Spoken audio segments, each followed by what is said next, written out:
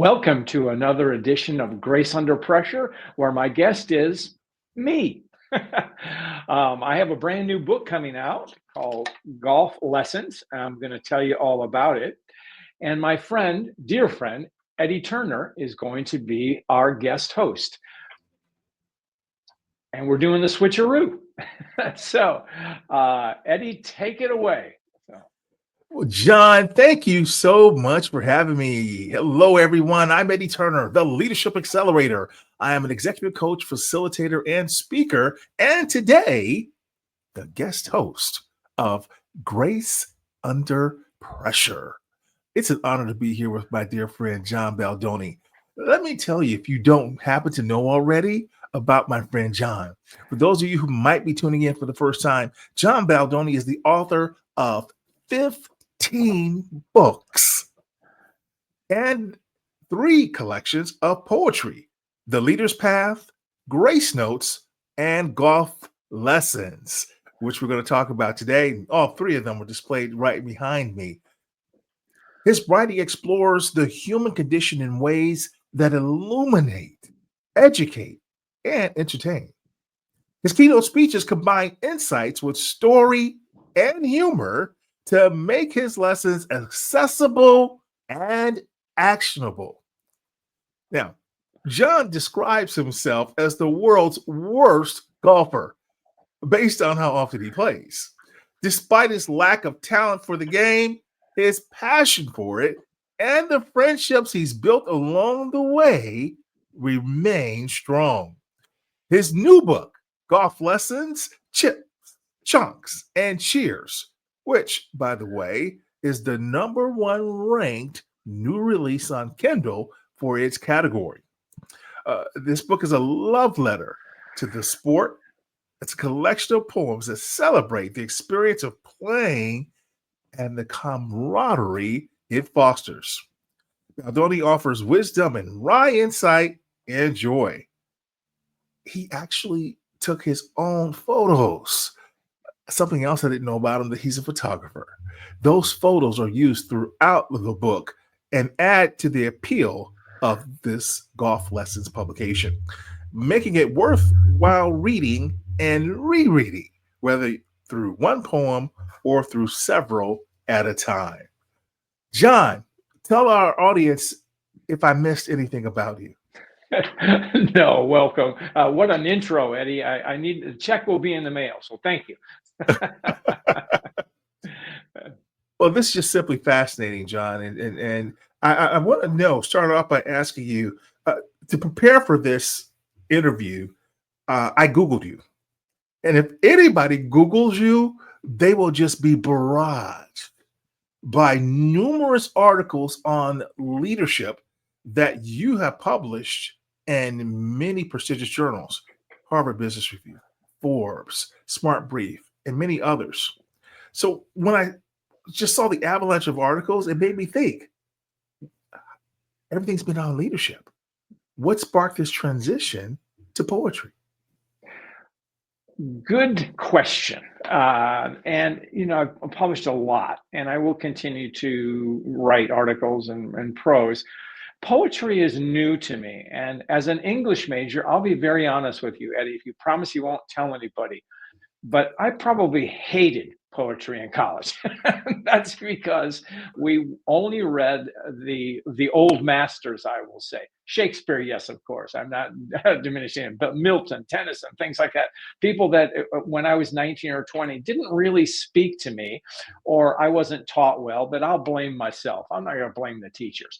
So, and it was over my head. I'm not sure I ever understood it. But later in life, and I'm north of 70 now, I've explored poetry again, and I like the poets of the mid 20th century and beyond. And there's so many young voices out there too. Poetry is something that I think there's a bit of a renaissance. And one of the reasons, Eddie, might be because of its brevity. Poetry is that art that gets to the heart of the matter. It's like music, it's able to express things in a condensed form that reach the heart and make us think. And so it's a medium that appeals to me. So for that reason. So. No surprise you would use the analogy of music because you are also a musician who is quite the accomplished pianist. Well, I don't know how accomplished, but I do play. Well, I'm sure your professors would be thrilled to know that all these years later, what you disdained, poetry, you are now picking up the mantle and have produced 3 books on poetry. Fascinating. Thank you. And go ahead. Go right ahead. No, I was just going to say it's that medium. I like to say poetry cuts to the quick. Certainly not an Mhm. original phrase, but we're able to see things in a moment of brevity, and we're living in a culture that races past us so fast that poetry might be one of the arts that sticks with us because of its brevity, because of its ability to speak in sound bites if you put it in the vernacular. So. Indeed. Would you say that it's almost becoming a lost art? Well, I probably would have said it until I started doing it. But also, I've had the privilege on my show, this show we're on now, of interviewing poets too. So, and I'm busily adding to my library of poetry. And so I don't think it's dying at all. I think there's a bit of a renaissance. So. Well, as a part in this renaissance, these words that came out, how long have they been stirring in you before you put pen to paper? Interesting. I will just jump in how golf lessons came about. I was out playing, and when I'm playing, you'll know I take pictures, but I also sometimes do little videos. And I did it. I was playing particularly well, or I can't remember. And so I said, I'm going to do a video of this. And what I did was it came out in a poetic form, and I thought to myself, so I started writing more about it. But the book, as we'll discover, is more than just about the game. It's about the people who play it, and that is its great appeal. So. So as you're going around the course, you're having these thoughts, and you decided, I'm going to write about this. Hence, we now receive the book Golf Lessons. And, it resonated with me, John, because as a leadership practitioner like you, one of my favorite illustrations comes from Daniel Goldman. And Daniel Goldman uses the golf club, the bag of golf clubs, as his illustration, his landmark work. So that made me think as I was reading through your book, are there leadership lessons to be found inside of this book? Well, I like to say that, as you alluded to, I have 2 hobbies, 2 big hobbies. One is piano, as the other is golf. Both teach me the value of patience and humility because you never master it. I'm probably a little bit better pianist than I am a golfer, but that's for others to decide. So, yeah, I mean, it does teach you patience. It teaches you perseverance, resilience, because most of the time you don't play at your best or for the best. And each of us have different levels. If you're a professional golfer, your level is, miles ahead of the rest of us. But even as a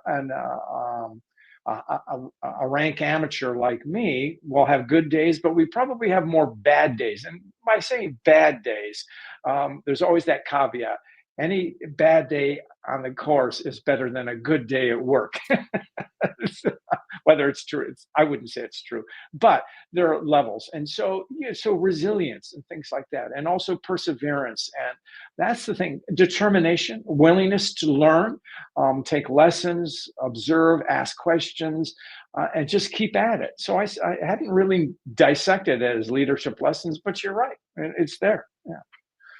Excellent. Yeah. So patience, perseverance, resilience, lessons that you have taken away from the game of golf. And certainly what you're talking about there is right in harmony with what one of my favorite all-time NBA players, Michael Jordan, would say. Because as great as he was on the court, he talked about those as being some of the reasons why he loves the game of golf so much, because that's what it teaches him. Yeah, that's right. So you're in good company, John, is what I'm saying. Yeah, and it's interesting that when I think of Michael Jordan, He has one disadvantage, which is good in on the court, but not so good on golf, and that's he's 6'6". I don't think being overly tall is helpful on a golf course, but that's just me. So anyway, so Indeed. Well, you aren't golfing alone. So, what lessons in camaraderie have you taken away from the game of golf? that's really the heart of the book, and thanks for asking because it's the friendships that I've made, the friendships that deepen, the chatter that we have, the conversations, and you learn things about other people, how they react, and you see people at sometimes they really lose their composure, and it's kind of sad because it's just a game, you know. But most often that's rare for us, you know. But it's that feeling you play with people and you get to know them over time, and over generations, you know what's going on in their lifetime, throughout their life. People who will lose a spouse, their children get married, their grandchildren come into the world. And so you see a kind of life cycle there that it's all there. And it's also people reveal their character on a golf course, and I don't play with people who lose their temper, but I see kindness and graciousness and patience, and the other thing about playing with good friends is a lot of chatter, and we tease one another, and we also respect one another, so we know our boundaries. If somebody's having a really bad day, you're not going to get down on. You're going to buck them up a little bit, you know, stuff. So it's in some ways people say, you know, golf is like life, uh, but only harder. Golf is like life, only harder. Yeah. Yes. Well, and there's no coincidence, however, there, based on what you said, why for a long time it was known as a gentleman's sport. Well, it is in the sense that you report your own scores, and so can you lie? Of course you can. You if you want to cheat yourself, you know who are you kidding? And when you're in a I don't play tournament golf. I don't. Some of my friends do, and they enjoy it. It's not me. I'm not that good enough to play at that level, and would only be frustrating. But No, I when I was keep referring to score. when you were talking about the how the decorum that exists among the golfers and such. That's what I was referring Right. to. Well, may call it a gentleman's game, but it's also a ladies' game. And I will say, in most cases, the ladies, the women who play, are more courteous than the men can be. Indeed, indeed. Yeah, Yes, I was referring to what it was known as for years yeah, because of how the you were supposed to comport yourself on the yeah. course, from Right, dressing, grooming to your yeah, manners. Yes. right. Well, wonderful. So certainly a part of that lesson in camaraderie, and because you've developed these relationships, because you've gone through, as you said, the complete life cycle with the people that you're golfing with. One of the poems that you document this in is called "Old Golfers." Would you share that with our listeners so that they can get a sense of what you have here? Thanks, Eddie. It's called Old Golfers. And I said, we are not old, we say aloud to each other, laughing as we approach the first tee. Our knees may ache, shoulders too. Our hips may sport titanium. We are golfers through and through. Our backswings are shorter now, permitting us to strike the fairways occasionally. Around the greens, we have the knowledge, but not the touch. Our putter may betray us, long, short, wide. No matter, it's not the game that matters, it's the chatter. And while the clatter popping of worn joints may slow us, we stay together. We are not so old, we say aloud. Oh, very nice, John. Very nice. Well, you talked about uh, the camaraderie and how you get along with people out there when you're playing the game. Anyone who knows you knows that you are a jovial person. You're fun to be around, but you're also a bit of a joker. Do you get a chance to joke and have humor out there on the course, or is it all serious? Oh no, if you don't have a sense of humor when you play golf, you're in for a long day because there are so many there's so many jokes about golf that enliven it, but also just how you treat your team, your fellow players, and the course itself, and people who manage the course, and the golf pro, and things like that. There's there's a real sense of friendship that builds, and respect for the game, and then respect for one another.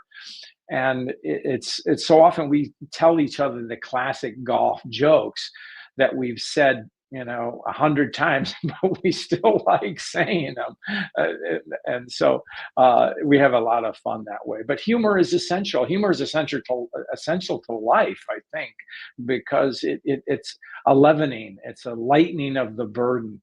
And so I like to have fun, and I like to tease, and I enjoy being teased myself. So Mhm. it's fun. It makes the for an enjoyable time spin around the course, if you will. So Well, and tell me about this, because I talked about in the intro about how you have your artwork, and I just love this cover. You took this image. I did. Tell us Yeah. about it. Well, I can vividly remember it because it was late in the year, just recently, a few months ago, before the weather had turned too cold in Michigan, and I was on the ninth hole, and I said, I want to line up a shot, or excuse me, line up a photo shot. Yeah, that's sure. And I thought, how can I do this? And I placed the ball there, and I got down on my not knees, but my back to get as close as I could.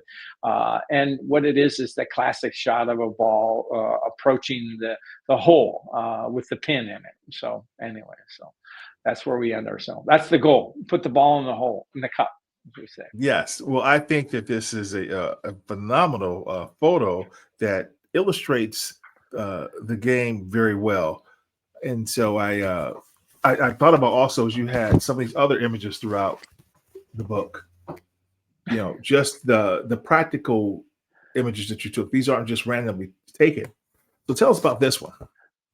That's for a poem about cleaning golf clubs. And so I put some golf clubs in a sink, and I ran some water over it, cleaned them up, and took a photo of it. But that's part of the game too, taking care of your equipment, which is, I guess, a good leadership lesson. If you're gonna, if you have a craft, and golf is very much a craft, you have to respect your tools, as every good repair person, carpenter, plumber, electrician will tell you.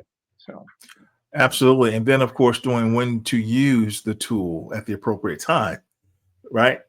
We certainly wouldn't want to use a driver at this point on the course. No, that's where your putter is. Yes, this is where we need the putter. So Yeah. we don't need the power. We need just a Yeah, little gentle tap. it's the skill. So, Yes. And so for some leaders, they only want to use one club in the office, and you just can't go right. swinging on everybody. You got to use a putter at times, be very gentle. Good. All right. Well, John, I would love to hear your golfer's prayer at this point. Thank you. It was fun to write. It was one of the last poems I did for this book, and it kind of gets to the heart of the matter of what golf is really all about in so many ways. Oh Lord, let my drives be straight and true, and stay out of the woods, the water, and the bunker. Let my long iron shots rise up and stay on the fairway, and not be fat, thin, or in between. Let my pitch shots joyfully plop softly on the green, and not be chunked, scorched, or flown away. And if I should end in a bunker, let my sand shot be a save to the hole, and not require a second or third attempt, or wildly veer toward my playing partner. And finally, let my putts ride the break into the hole, and not short, long, or curve waywardly. Now, if none of my prayers be heard, let me retire cheerfully with my pals to the nearest bar to raise a glass to next time. Excellent. So now people have had a chance to hear two samples of what this wonderful book has in store for those that pick it up. This #1 bestseller in the category there on in Kindle. Now, the other thing I wanted to ask you, John, is people have been listening to us talk. What is the most important lesson that you want them to take away from what we're talking about today? Well, I think maybe an appreciation of the written word, Mhm. of the power of poetry, the joy of poetry. That's on one level. The second level, what we've been talking about, and I like to think of golf lessons. Yes, it's my ode to the game, as someone had said.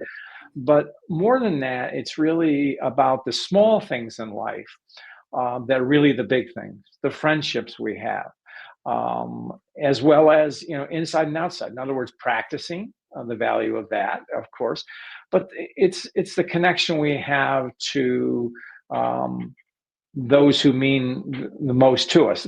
My grandfather introduced me to the game. He never really saw me play it, but I remember him playing the game. And so, and he always used to say, it's a cliche, people have heard it, but he said, never do business with somebody until you play golf with them, because that will reveal their true character. There's much to be said about that, not just about golf, but about any tense situation, if you will. Not that golf is tense, but you see how people perform when they're not, you see how people act when they're not doing their best at what they're at. And so that's a lesson. So I remember my grandfather fondly for that. So Never do business with someone until you play the game of golf with them. yeah. Words of wisdom from John's grandfather. So we appreciate that. John, this is grace under pressure. So we can't let you leave us without giving us a story of grace under pressure in your life. Well, I'm glad you flipped the tables on me because, as you know, because you've been a guest on my show, I ask everybody a story about grace, and I've heard such wonderful stories from simple acts of transaction. People gave them. One person told me she received an umbrella on a rainy day and stuck with her. A small moment of grace. Others have told me how their lives have been changed forever by a moment of grace and kindness. I think in the grace for me has been a gift. It's a gift to all of us. It's what we do with it. I've been showered with grace, and so I think the thing is maybe the a moment of grace for me is when I've been in a dark moment or not things aren't going well, but a friend will reach out and give me that helping hand, metaphorically, and share of themselves and listen.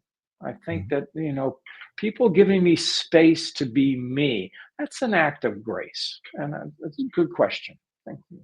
Wonderful. Well, thank you for sharing that story with us, John. And I'm going to make sure to encourage people to be sure to pick up a copy of Grace Notes, a copy of The Leader's Path, and of course, the book that we're talking about today, Golf Lessons, Chips, Chunks, and Cheers. Where can people learn more about you, John? Well, there's my website, johnbaldoni.com. For this book, it's johnbaldoni.com/golf.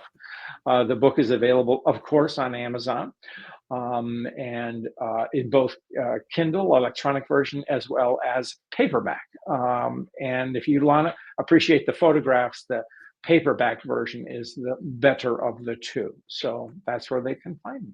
So. Excellent. Well, this is a book for golfers. Let me try that again. This is a book for golfers and for those that love golfers. Get your copy today. John, it's been such a pleasure to be here as your guest host. And as always, we want to remind everyone to display grace when under pressure.